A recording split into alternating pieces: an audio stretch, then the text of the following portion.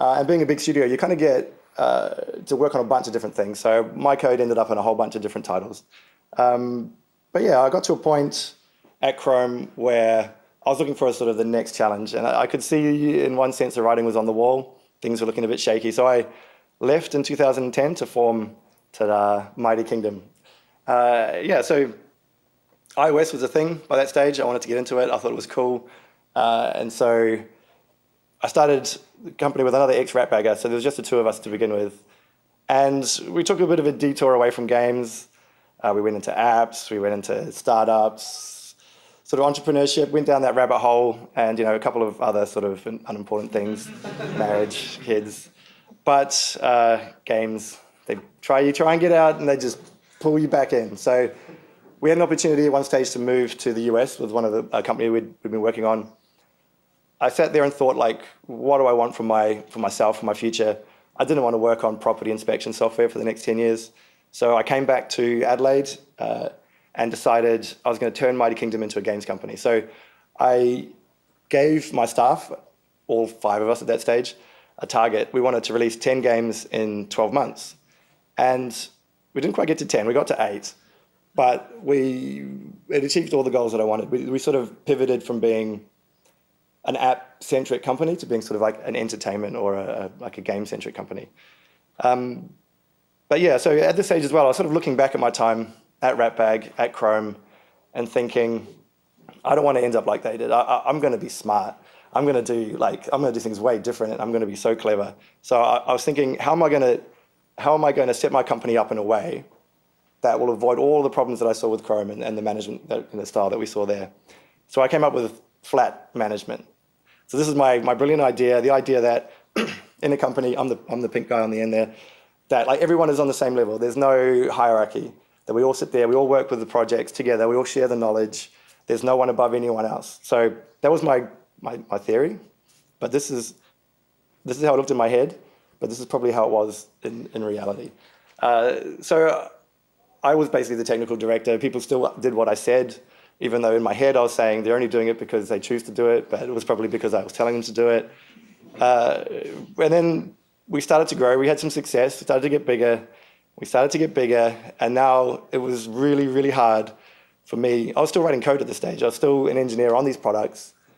And it was hard to keep all of that in your head at any one stage. So what was the solution to this problem? It was, things get hard. This is hard. So I got more management. That's how I ended up. I got more people next to me in my head to work with me on these products. But of course, in reality, I was again. And I started to create this pyramid of which I was trying to avoid. At this point, an opportunity came up to start a company on the side. So Mighty Kingdom there was still doing a lot of service work. I wanted to do some original stuff. A game developer from Berlin who'd been working at a company called Wooga came back to Adelaide. Wanted to, the Mighty Kingdom people will know who I'm talking about. He shall remain nameless. And the opportunity was to go and work with him on some cool stuff. He had a lot of really amazing knowledge that I wanted to sort of take advantage of.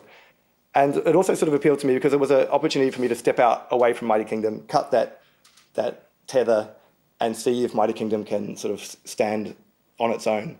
And it kind of reminded me of a lesson that we had at Chrome as well, this idea that you should just hire great people. Chrome always had this thing, which is if someone was available and they were good, they would just hire them. And the idea being that that would lead to better products and more money, I guess. But when you actually sort of put that out, it sounds like a little bit like an underpants gnome sort of strategy. So I was trying to think, we had great people at Chrome. We still have, at Mighty Kingdom. We had great people. And I didn't know what the secret was to get from point 1 to point 2. But moving over to Rise and getting out of the way and letting them run that company, it made me realize that the missing step there. Sorry, do you want Underpants Gnome back? I'll bring it back to you. Where is he? Come on, Underpants Gnome. There he goes. But yeah, so by getting out of their way, we went on to sort of have far more success than we've had when I was in there trying to do everything every day all the time. So now here I am off to the side, and then here's Mighty Kingdom over here. I promoted someone to general manager to sort of take over the day-to-day stuff. He ended up building like a little management team underneath him to sort of take some of those tasks off him. And then I started looking at it and thinking, this isn't flat. Like this isn't what I had in my head. Like this is not what I wanted. And I was kind of on the path to recreate the exact company that I didn't want to create. So it was, we were small enough at that stage that we could still change our culture and change what we were doing. It was at that moment as well, I sort of had the realization that, the management teams at Chrome, at Ratbag, they were doing the best job that they knew how to do. I didn't have anyone telling me how you should architect your company, so I was just making decisions as I went. And looking back now, I can see that they were in that same boat. They were doing the best job that they knew how to do. So I started to stop resenting those decisions and started to think, well, obviously the first step is to recognize you have a problem, right? To admit that something's not working. So then I wanted to figure out how to get from where I was to where I actually wanted to be. Like, what's another way of doing it? Because obviously my own trying to redevelop management from first principles wasn't working. So I read a lot. I talked to a lot of people. I sort of looked at how other companies were working and what I liked about them, what I didn't like. And so, flat management, that's old and busted. The new stuff, I read this one book. It's called Reinventing Organizations. It is like the book that you should read. It is amazing. It changed my entire view about companies and company culture and employees and everything. And if there's one thing you should do, if you own a company, you should read this book. Just skip the foreword because it is so dense. You'll fall asleep like 20 times. But yeah, if you can get past that, it's like amazing. And what it does is it introduces this concept of self-management. And I'm not going to go way deep into what self-management is, although my next slide says, so what is it? But what I'll do is I'll touch on the concepts that I think are relevant to Mighty Kingdom and just sort of how we create our companies. So the first thing you kind of do is you change the way that you think and treat your staff. So rather than looking at someone as a programmer who programs or an AI programmer or a character artist or whatever, the idea is that you recognize that the people in your company have skills, like a wide range of skills outside of what you may have originally employed them for. An example of this is our animator that we have at Mighty Kingdom, he also is in a band. And so why doesn't he just do our music? Because he knows how to do music. So once you sort of stop thinking of him as just an animator, you start to see that he's got other skills and other things that you can bring. And so you're kind of looking at all of a person rather than just the parts that you can utilize to make money, I guess.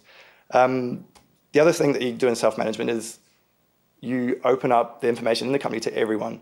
Now, a lot of what I find in management is built around asymmetric information, particularly when it comes to HR.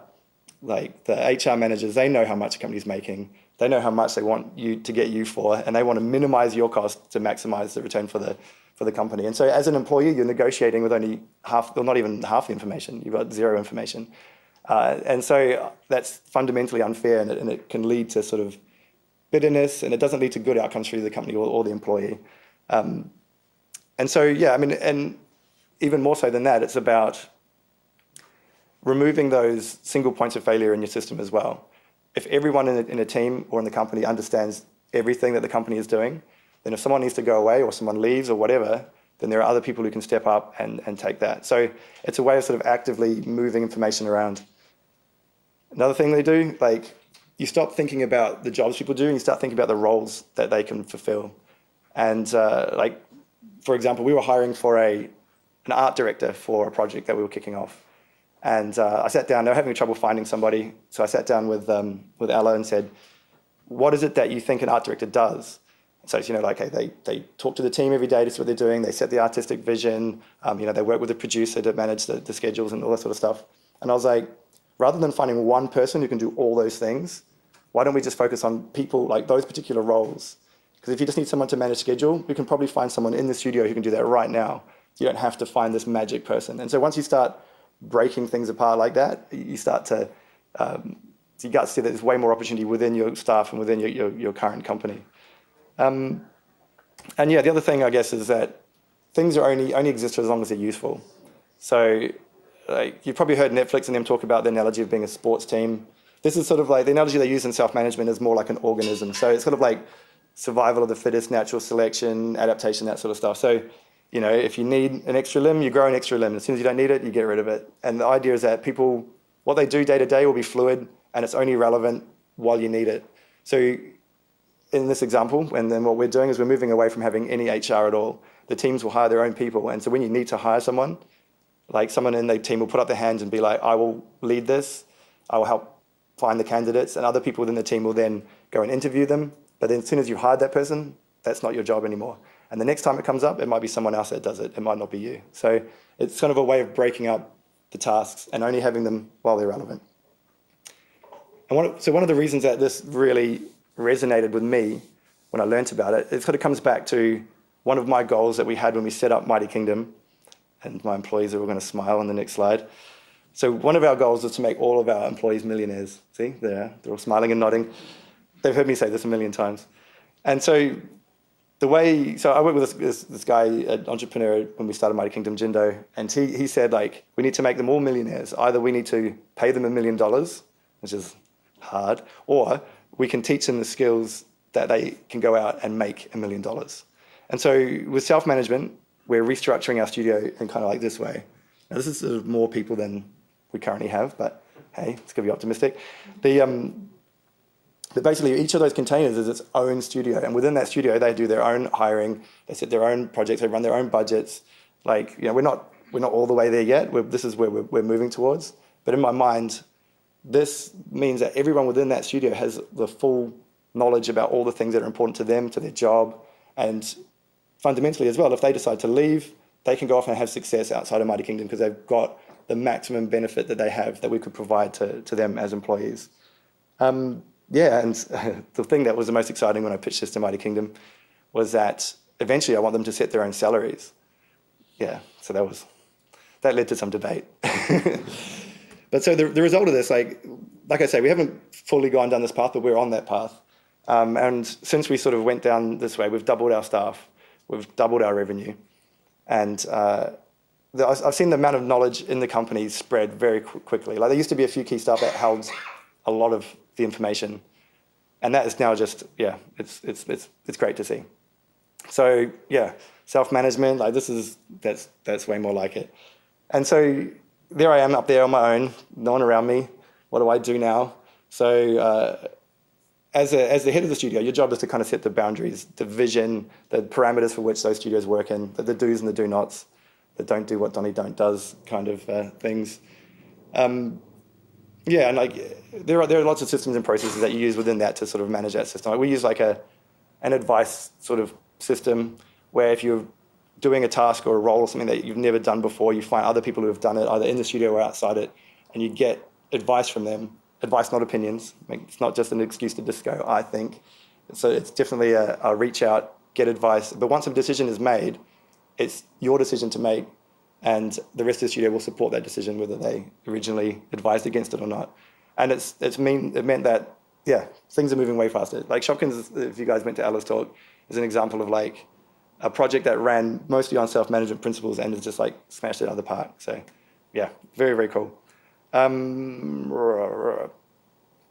So if you think about self-management, then another way to sort of define it is you can read that, I guess. It's a system that maximizes the use of your available resources to maximize your chance of success. Like you're unlocking all the potential of your employees and leveraging that to make you better.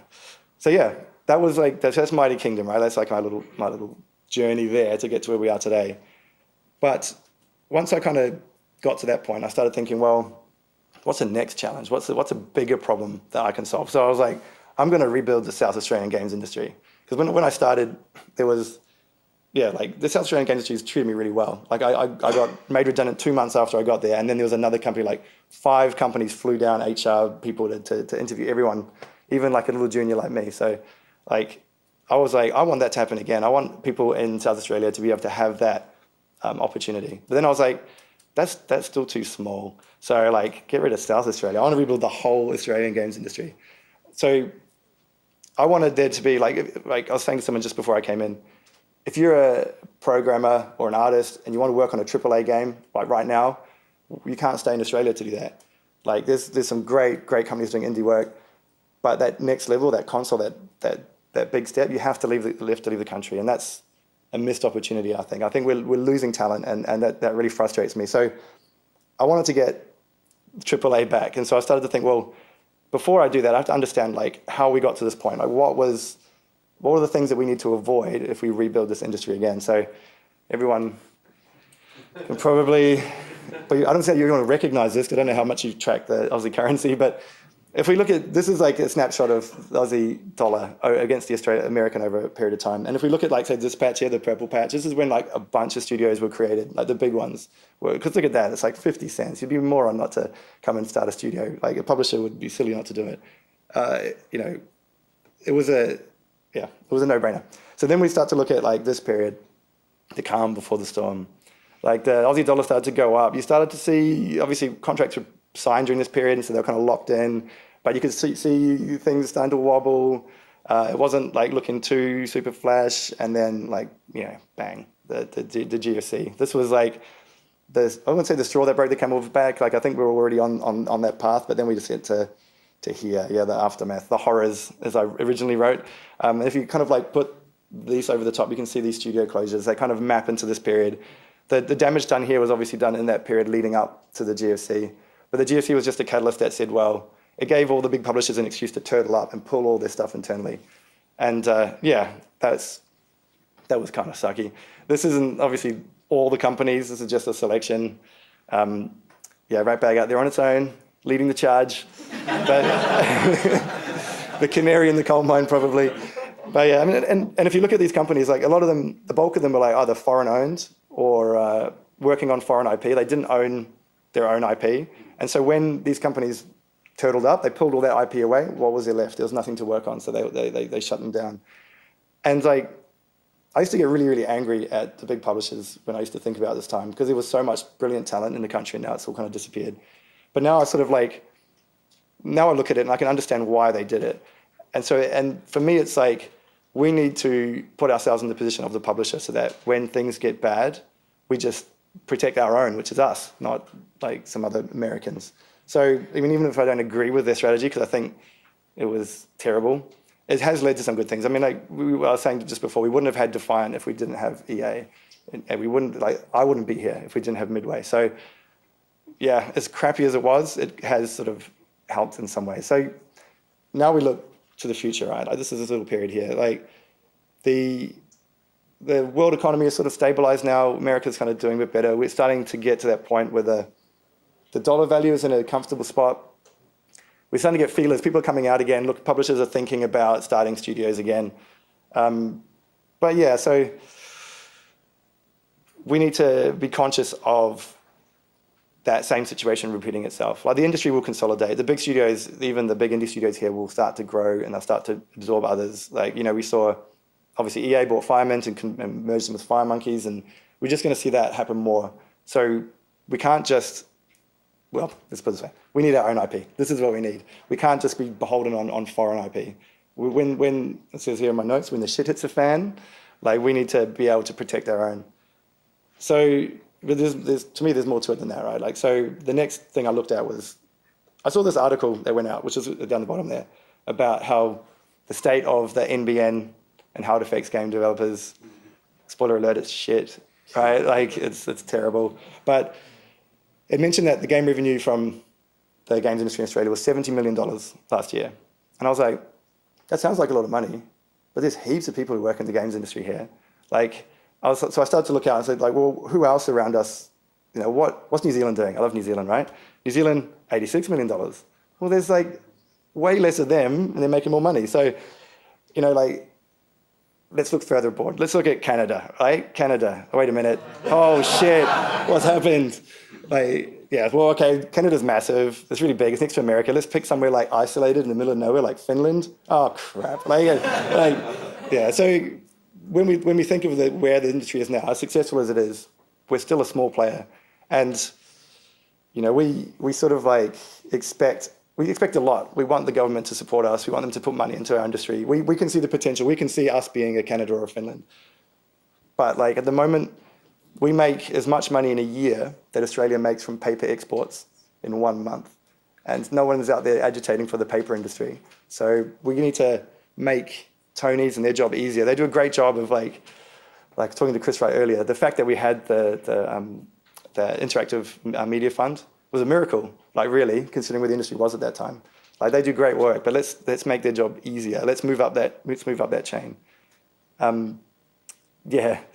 So we don't need just an IP. We need $1 billion IP. This is what these guys work on, right? Like we need something that is so big that it just, that it's just too big to fail. See how this is going? So we know what these things look like. Assassin's Creed. You look in Ubisoft Montreal. They do like a TikTok between two massive studios working on Assassin's Creed. Like we need stuff like that here. But like even better than games like that would be ones like Warcraft, Mario, Pokemon. These ones that sort of transcend genre where they're not just the same game churned out annually, but are actually broadly in a bunch of different genres that are a bunch of different merchandise, a bunch of different platforms. They got movies, they got games, obviously, they got toys, everything you can imagine. So like, if we need $1 billion IP, like how do we create an environment where we can grow one of those? So here are a bunch of trees. So if this is the Australian games industry now, imagine these are all different companies in the industry. What happens when someone has a breakthrough, like has a success, right? Boom, they burst through the canopy and they jump up. Now, this is like a Fruit Ninja scenario or like a Real Racing or a Crossy Road. But what happens when we have a studio that does that? Well, what I've found is that success gets passed down the chain to other studios and that lifts them. As soon as there's one success, people start to talk to them and be like, we want to give you money to do our thing. And that company, it happened to us, the Shopkins brand, which is basically the house, Mighty Kingdom is the house that Shopkins built. They originally, when they reached out to a game company, they reached out to Halfbrick. Because like, if you're going to make a game, you talk to Halfbrick, right? They're like the best. They didn't want to do it. So they passed it down to a 6-foot kid who were based in Adelaide. And they didn't want to do it either. They weren't doing service work. So then they passed it down to us. And so we were like the third tree in this analogy, right? Like, but what it shows is that success, that breakthrough success of Halfbrick, actually led to us making money down the chain. And so for me, I don't have to be the tree number one. I don't have to be the guy in the middle. I can be the third tree, and I can still run a really successful and profitable studio. And what we also find is that it then lifts the entire industry. That we set a new normal. And then a new canopy grows, and then that sort of redefines success, that we can have that next level. So we need to kind of keep moving from success to success and keep pushing that boundary higher. And there's another example that you could use from Halfbrick as well. So they had a great success with Fruit Ninja. They have created this amazing company. But like every company, it matures. It gets to a point where maybe the original founders are sort of agitating to do something a bit different. And so you got, people left and founded Pretty Great. But the great thing there, the pretty great thing, is that they didn't leave the industry. They didn't leave to go over to the US. They decided, I'm going to leave Halfbrick, but I'm going to stay in Australia, and I'm going to create another company in Australia. I'm going to make another tree. I'm going to plant another tree in the industry. At the same time, you had Crossy Road had just had a massive amount of success. And when they found their success, what did they do? They turned around and they invested that back into another Australian company, into Pretty Great. Then they in turn made Landsliders and won, I think that was Studio of the Year last year. So that's an example of how the ecosystem should be working. The success, the knowledge that is built up within Halfbrick doesn't leave the industry, it stays in the industry. It gets supported by other successful companies in the industry. It redefines that playing field and it moves the whole industry forward. So yeah, those guys are pretty awesome. So we need $1 billion IP that's controlled by an Australian company. Because if that knowledge and if that money disappeared and went overseas, that's no value to us. It doesn't help the industry move forward. So how do we do that? How do we maximize this chance of success? How do we create that sort of environment where large companies can grow? So I just added this slide this morning. This is my 6 weird tricks. All right. So the first step I'm going to say, I think is we need to celebrate our success. So in Australia and in New Zealand, there's like a bit of a tall poppy syndrome. When we look at people's success, we tend to get bitter or angry. This industry we're in, it's not a zero-sum game. Entertainment isn't a situation where someone's like, well, that was the last road I'm going to cross. I've finished. I never need to be entertained again. They're always going to be looking for more and more stuff. And just because there's a Fruit Ninja or Flight Control doesn't mean we didn't find a Crossy Road or a Failure Brakes. It's not an either or. It's an and. And the way we need to sort of change our attitude is like, instead of looking at a successful studio and going, that should have been me, that should have been my game, we should just be thinking, next time that will be me, because this is an industry where we can all win.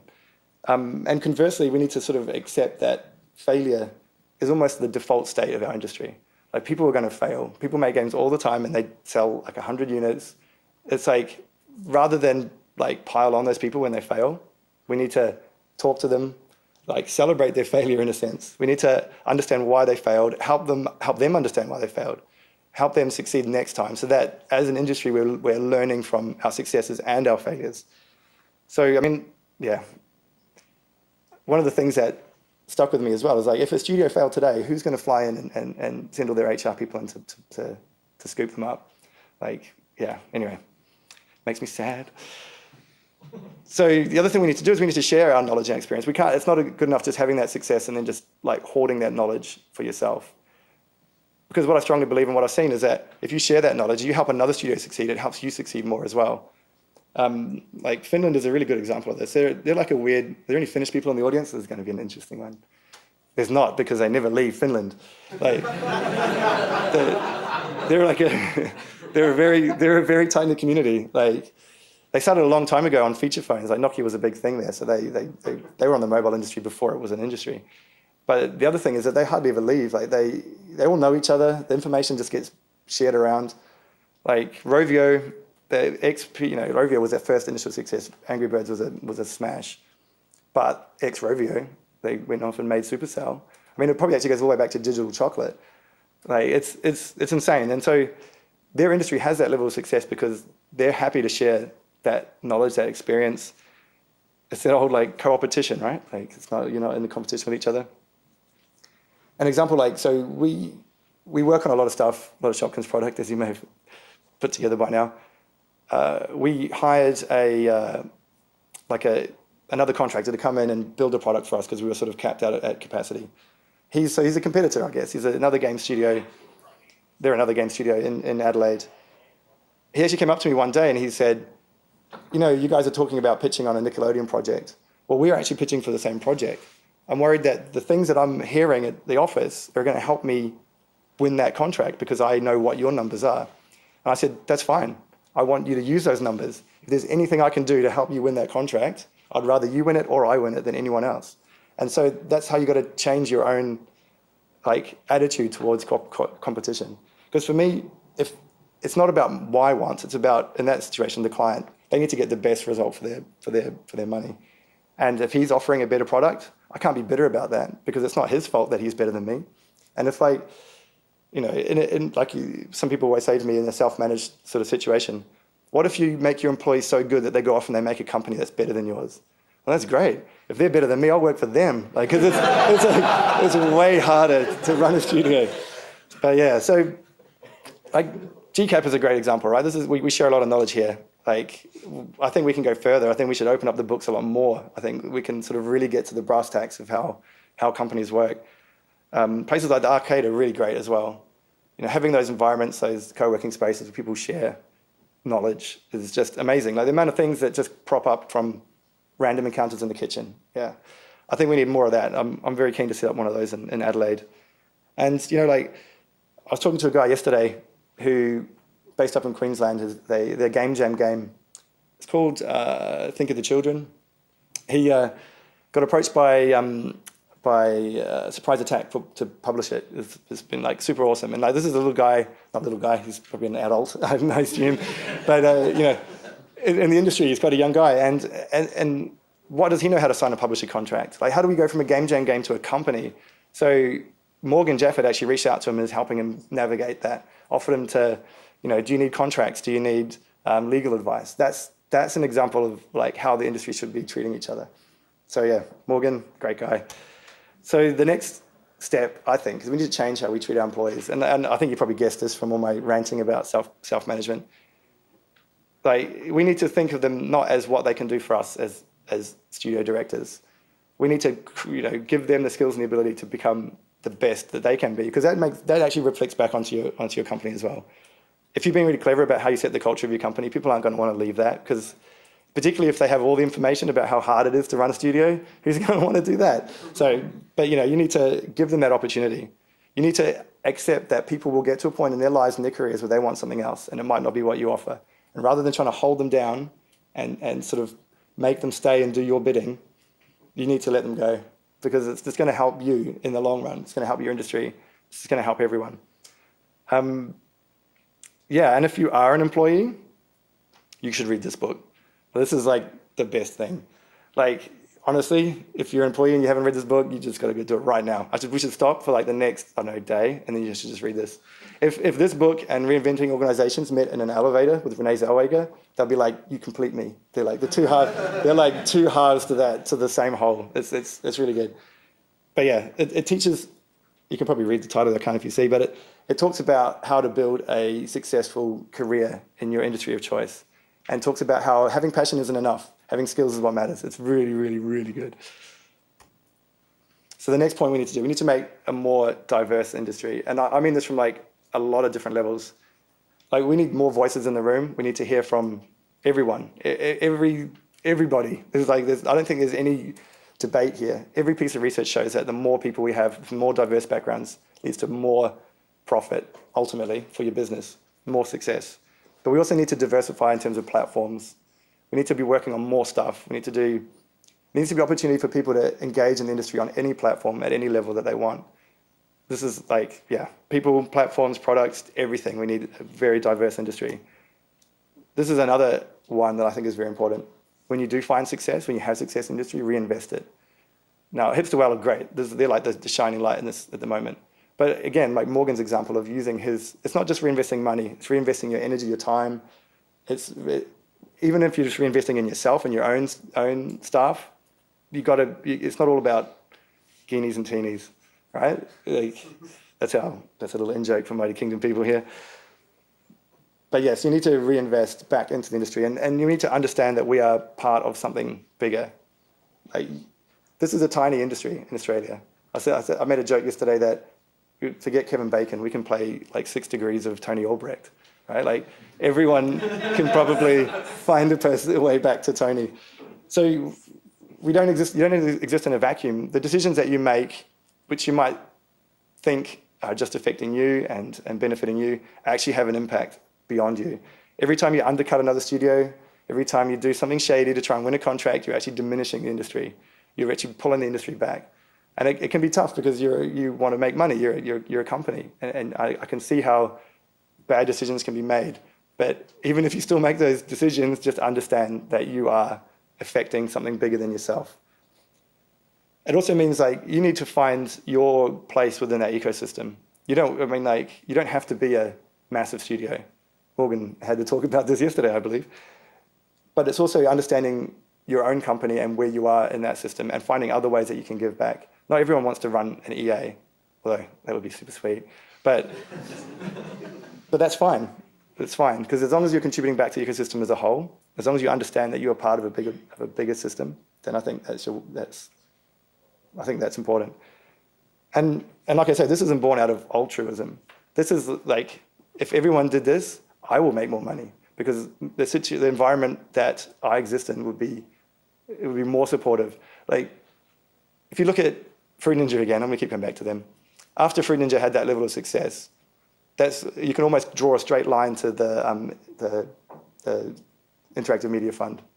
And you can almost draw a straight line through that, through Defiant and through other companies, straight almost directly to Hips to Well. You can draw a line, like, one success changes the conversations that we have with government. It changes the conversations we have with investors. It changes the conversation we have with publishers.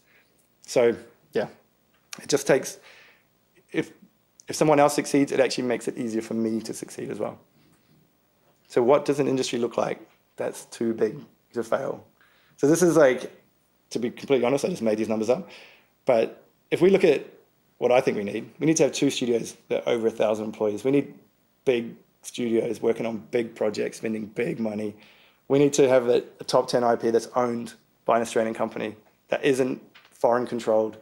We need to have a total industry revenue that's like $1 billion. That's like a big number. It's my little Dr. Evil moment. But basically, we just need a supportive, collaborative, diverse industry. Because if we have that, we will become too big to fail. Like, if we create this environment, we will grow, we will get there.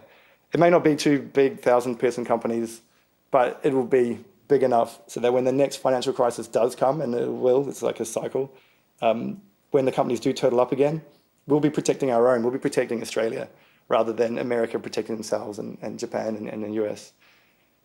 And yeah, for me, I reckon this is like 10 times where we are right now. This is like a 10 times big industry. But for me, that's like what we need to be too big to fail. So yeah.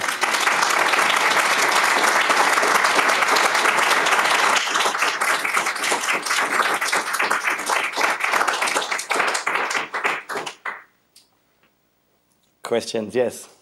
How would you like to see a company like EA Fire Monkeys help encourage and develop and nurture the rest of the games industry? Are you from EA Fire Monkeys by any chance? I am. I think just by hiring more people and getting bigger, I think EA Fire Monkeys, I don't know intimately what they do. You've got a cool new office, I know that. I saw that press release. There's a lot that goes on. There are no studios in Australia that operate at the same scale that EA does at the moment. So I think there's a lot of lessons that EA could teach studios how to grow and how to be successful and how to maintain culture in a massive organisation. How big is EA Fire Monkeys now?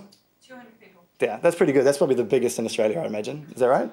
Yeah, I think we're pretty much the last AAA in that regard. That's pretty cool. I mean, obviously I'd like to see EA, like when I talk about having 1,000-person companies in Australia, like publishers are a part of that picture. We just have to acknowledge that when the shit hits the fan, publishers will leave. And so I think publishers still need to be here and they need to grow. I'd love to see EA Fire Monkeys become a 1,000-person studio. I'd like to see them like hire a large, diverse number of people and have those people graduate from EA and go off and found other companies. So I think the way that you can contribute is by being successful, which is an easy thing, right? Everyone can just do that, just be a success.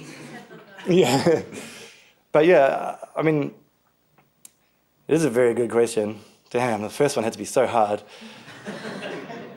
But yeah, like sharing your knowledge, getting the people who work in EA Fire Monkeys going out there, giving technical talks, giving sort of culture talks, giving how to run a business talks, giving just like engaging with that community, investing in it, investing in places like the arcade, having a presence there, having like the EA makes a lot of money. I'm sure they can sort of like kick a bit back into the industry to help set up these sort of things, sponsor some of these sort of events and some of these, I don't know.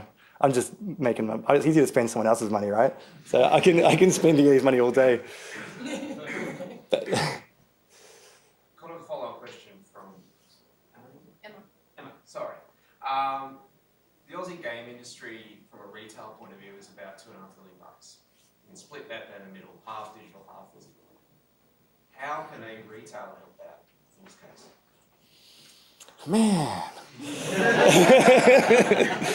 I've kind of like deliberately ignored retail because it feels like that just happens externally to what we do. Like people buy product, whether it's Australian product or American product or whatever. So they kind of exist in a different sort of thing. Yeah, what can you do? Money, money, money. It's all about money in the end.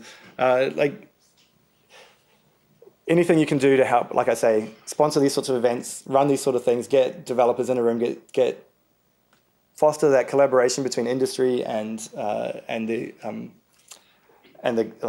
game buying community. I think one of the big things is like helping people understand that having a career in gaming is possible in Australia. Like one of the reasons I moved to Australia is I didn't think it was possible in New Zealand, which now I think you can see Ryan sitting there working at the largest New Zealand games company. God damn it. But yeah, so like even helping them understand like what the Australian games industry is, what it contributes. Yeah, I mean, just give us money, please. Would that be like the main barrier to getting product down to consumer from a physical standpoint? Because it's a different conversation. Yeah, I haven't worked on physical product in a long time. Like back when I did it, it was like Xbox 360, PS3 days. I deliberately run away from that stuff because it's like the budgets and everything are just blown up to a point where it's like I can't play there yet. But I want to get back there. Yeah, I mean, I don't know intimately the physical retail market, I'm afraid. So it's hard for me to say. Like the things that I know help companies. Like I said, I went through like the startup entrepreneurship kind of thing. Did a whole course over in StartMate over in Sydney.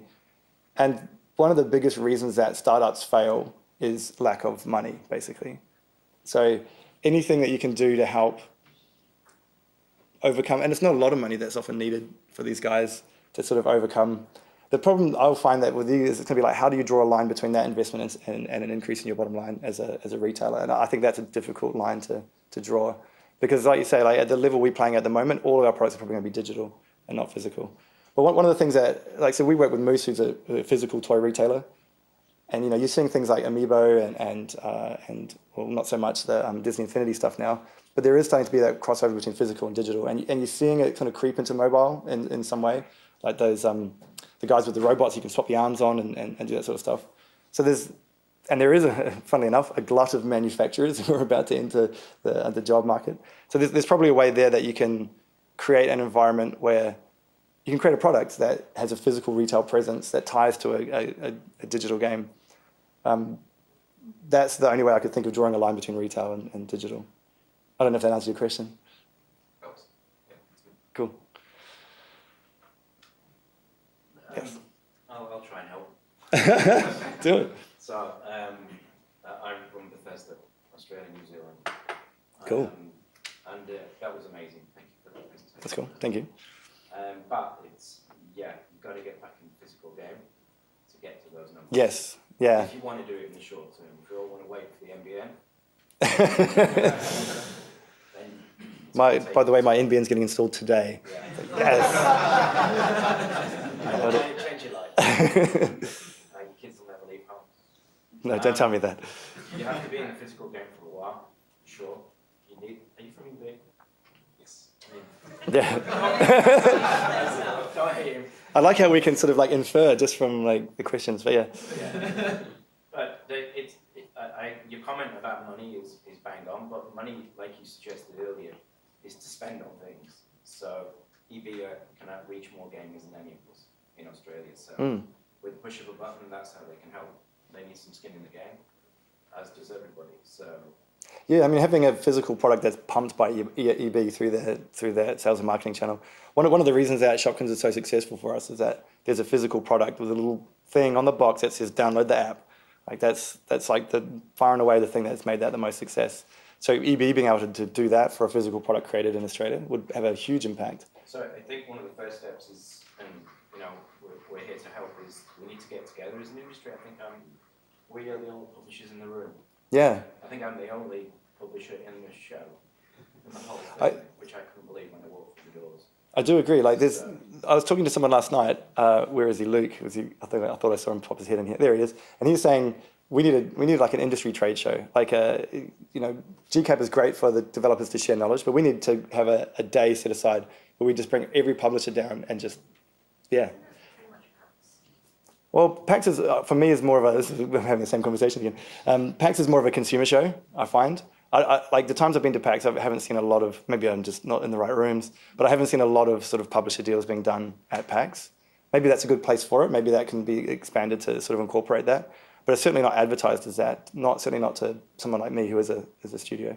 Yeah, you need Sony, Nintendo, and Microsoft. Yeah. Us and you and everyone in it. Everybody, yeah. Especially me. Like, I want to be in that room. That sounds like a great room. They're not trying to do that with the PAX interface, though. So that PAX interface is bringing a whole lot of the publishers on Friday night to all of these. Why was I not invited? Come on. Yeah, no, for sure. Yeah. I think, and the problem with that, just sorry to speak Yeah. for you, No, is do it. that you're bringing more people who will come and exploit and enjoy the talent and then leave. But for me, it's like, that is the industry, though. Those are the guys with all the money.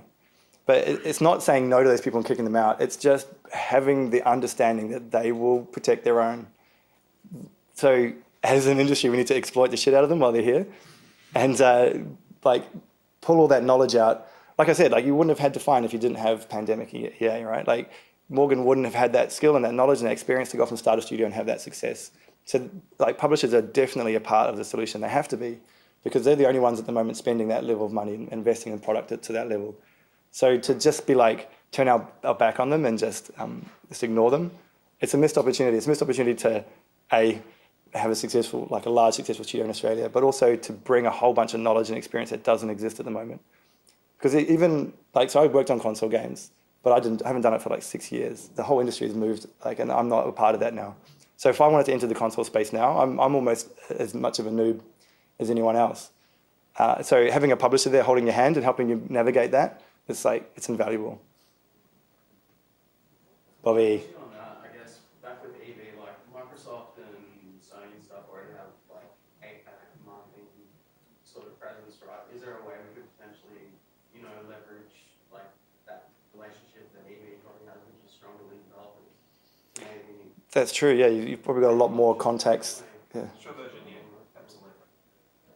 Yeah, that'd be cool. I mean, I'm sensing an idea is bubbling up here. John. Yeah, I've got a question idea. I suppose. I mean, would it help if you had co-working spaces all around Australia? Yes, 100%. Yes. I think that's like a no-brainer. Yeah.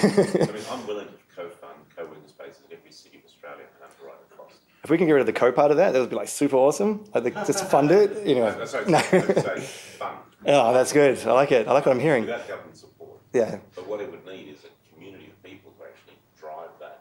That's a bit like, think of the arcade. Yeah. Everywhere in Australia. Yeah, one of the things that I've noticed, like we talked to Clara about the setting up an arcade in Adelaide before, and there's this sort of belief that there needs to be a will from the community to get it done. One of the things I feel is that sometimes the community doesn't know that that's an option, and so they feel that what they've got is all they're going to get, if that makes sense. And so we do need people to step up and lead that space and create these things, because I think it's like build it and they will come. Yeah, it has to be created, I believe, by the community itself. They've got to drive it. Think of the arcade, that's what you need. That drive a whole bunch of people getting together. Yeah, no, definitely. I 100% agree, and I think we're having a discussion tomorrow about this very thing. I think that's what I think is the idea of doing that in Adelaide. You've got to expand it right out Australia. Yeah, no, 100%. Like the value of the arcade is like immeasurable to the industry as a whole, I think. So I think we need to do that. That should be the default state of our industry, is collaborating and sharing and existing in together. Even if you're on the outside of the arcade, like it's a great place to go to and meet like 50 different games companies. And so you don't have to chase up a whole bunch of different people to have meetings. So even if you don't decide not to be in that space, as a resource, there's a lot of people there that you can meet in a very short period of time and get some very valuable information out of.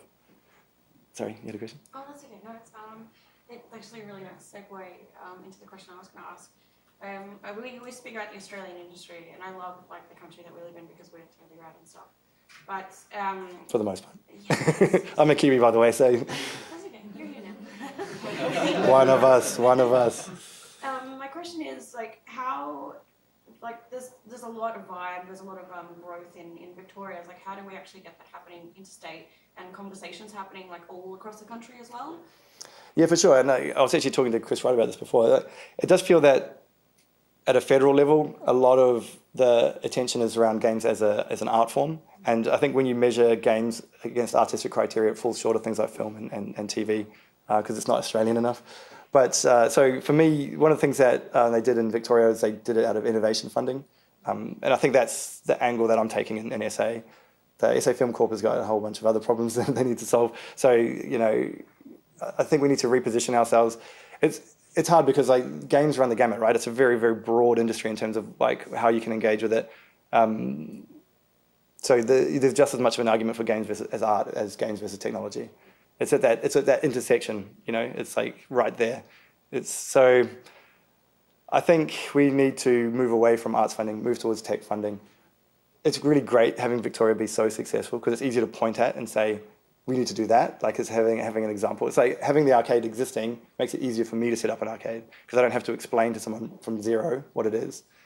Just like having a successful company means that I have an easier conversation with the publisher because I'm just like Halfbrick but smaller, and now you can make me bigger. But so yeah, it is tough. Like Tony and the guys at GCAP do a great job. Like they do a fantastic job, guys and girls, I should say. Stop gendering my talk. Our job, I think, is to make their job easier. And the more successes we have, and the more we can show how we are looking after ourselves, the more it'd be easier for them to participate and support us. Federally, I don't know, it's going to be a bit tough. I think there's a good opportunity to have the states play off against each other in that space. Like Victoria's obviously sprinting ahead, oh my God. And yeah, someone talked to me the other day about why did we set up in Adelaide? And part of me is like, because of my stuff is there probably, but because, but also because like I'm just sort of pig-headed enough. I want to just make it happen there, just to prove everyone wrong. But yeah, it is a difficult one. Like government's always going to move slower than we want them to move. Like we are a very quick industry. Platforms change all the time. They'll probably like just get around to doing VR funding, and then we'll be onto something else. Like it's just like you just got to. I always just proceed under the assumption that they're not going to help. And then if any help arrives, it's like pleasant surprise. But yeah. I was just going to say, I'm from Canada. I'm one of the evil Canadians. No. But definitely we've seen the competition between the provinces or states there very similar, and it's led to the growth, I think, overall of the industry, is sort of seeing the different, companies and contracts competing, and the governments like trying to outdo one another in terms of funding, both in terms of tech and art as well. So yeah, it's definitely possible. It's been successful in Canada. Certainly. Canada's a great example because it kind of shows as well that the sort of incentives that they put in place aren't ridiculously expensive. It didn't cost a lot of money. Like it was just having that will and the desire to do it. I think there's some federal stuff, and then there's the states are competing again, like with it. And so it definitely feels like, yeah, it created this. Obviously, there's like a geographical advantage as well, being right next to America, and so, but there was like a confluence of factors, and it highlighted to me how close that success could be for Australia, with the right sort of political will. Mm-hmm. Sorry. Something else too I wanted to mention based on that talk was like you talked about building IP and the industry as a whole, and like I work for a small animation studio in Vancouver, and we do like marketing and trailer work and stuff like that and cinematics for Halo, and then we also do like a lot of work for tiny indies as well, because we sort of, and obviously we're charging Halo a lot more than we're going to charge whomever, but I think there's an opportunity there, and that's something from talking, and I've only been in Australia for one day, so I'm but from talking to people last night, it seems like no one that I really talked to had a lot of planning or foresight into the marketing side of the games too much. I mean, I wasn't talking to big publishers, I was mostly talking to smaller indie studios, but that seems to be something that, if you're talking about building IP and trying to build a brand, that's something that I think really needs to be thought of ahead of time, and not, oh shit, it's 3. Yeah. How many people I talk to is like, oh, it's 3 in the morning and we have to deliver a trailer to the Apple Store like in 5 hours. You're right, and there are companies here that have done that, right? Like, we don't have to figure that out on our own, which I think is my point. Like, you don't just stumble blindly through the games industry. There are plenty of people out there willing to help and who can, like, I can tell after this talk I'm going to get a lot of people asking me for help. But and a point was raised, I think it was in Clara's panel yesterday. Delegate, like as a studio, if people coming at you for advice and help, delegate. Like your staff, if you set it up in a great way, like Mighty Kingdom with self-management, they should know as much about the company and how it runs as you do, so you can get other people to invest as well. But you raised another point as well about how you have a different rate for indies as you have for studios. And that's like, as a service company, I think that's really important. Is your job as a service company is to maximize the chance of success for your client. And it's not about how much you can bill. It's about how can I make them bigger? Because if they're bigger, they'll come back and spend more money with me. And I think that's, as a service company, is very important. Yeah. If I can turn your $100,000 game into a $10 million game, you're going to keep coming back and giving me more work. So yeah, I think it's a very good example of how you can give back to the industry in a way without bankrupting yourself. And we do have an Australian studio in Melbourne as well, so that's why I'm here. So. I think we've got like 1 minute left. Any more sort of quick question, or should we just wrap it up and get some tea, coffee? All good? Yeah. Cool. All right, thanks guys.